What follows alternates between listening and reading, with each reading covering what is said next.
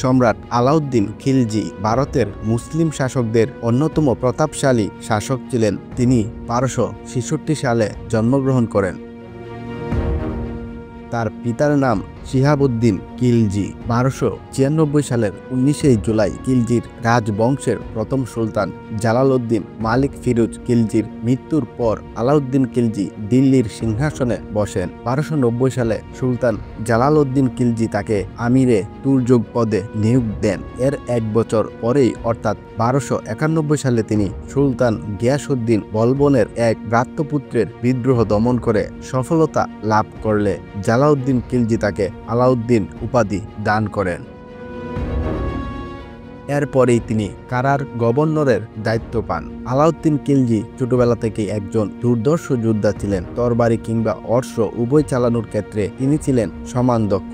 একাধারে তিনি ছিলেন একজন দক্ষ প্রশাসক, চৌকস জেনারেল আর দুর্ধর্ষ যোদ্ধা। মৌর্য সম্রাট অশোকের পর তাকেই একমাত্র সম্রাট হিসেবে বিবেচনা করা হয় যিনি গোটা হিন্দুস্তানকে এক সুতোয় গাঁথতে পেরেছিলেন। তিনি এত বেশি পরিমাণ শহর আর নগরী জয় করেছিলেন যে তাকে সিকান্দার সানি বা দ্বিতীয় আলেকজান্ডার উপাধিও দেয়া হয়েছিল।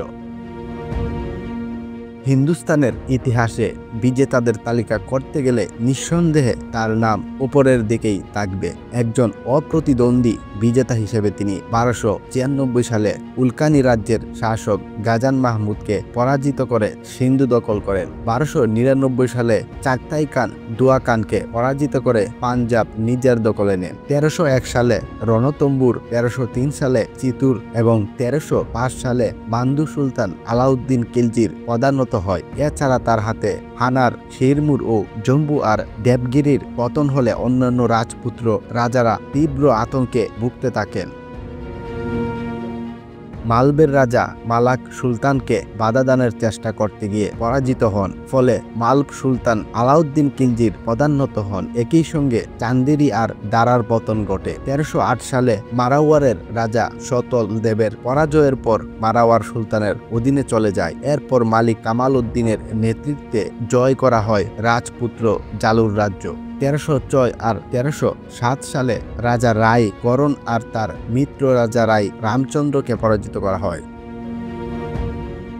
রাজা রায় রামচন্দ্রের বিরুদ্ধে যুদ্ধে নেতৃত্ব দিয়েছিলেন মালিক কাফুর। তবে পরবর্তী সময় রাজা রায়চন্দ্রকে রায় রায়হান খেতাব দিয়ে আবার তাকে রাজ্য চালনার অনুমতি দেওয়া হয়েছিল। সেই সঙ্গে গুজরাটও তাকে দেয়া হয়েছিল। 1309 সালে রাজা রায়চন্দ্রের সহায়তায় মালিক কাফুরের বারঙ্গ জয় করা হয়। বারঙ্গল অভিযানের সময় কাকাতিয়া রাজবংশের রাজা প্রতাপ রুদ্রদেব থেকে আলাউদ্দিন খিলজির বিখ্যাত কোহিনুর হীরাটি অর্জন করেন। 1311 সালে রাজা বীরবাল্লার বিরুদ্ধে অভিযান চালালে রাজা বীরবাল্লার আত্মসমর্পণ করেন। তার শাসনামলে বর্বর মঙ্গলরা মোট 16 বার হিন্দুস্তানে অভিযান পরিচালনা করেন, কিন্তু প্রতিবারই তারা হিন্দুস্তানের সুলতান আলাউদ্দিন খিলজির হাতে পরাজিত হয়ে ফেরত যায়। মঙ্গলদের তিনি এত কঠোরভাবে দমন করেন যে এই 16টি যুদ্ধে প্রায় 3 লাখ মঙ্গল সেনা তার হাতেই নিহত হয়। 1308 সালের পর মঙ্গলরা ভুলেও আর হিন্দুস্তানের দিকে তাদের বিষাক্ত দৃষ্টিতে তাকাতে সাহস করেনি। আলাউদ্দিন খিলজি ছিলেন মুসলিম শাসকদের অন্যতম একজন শাসক।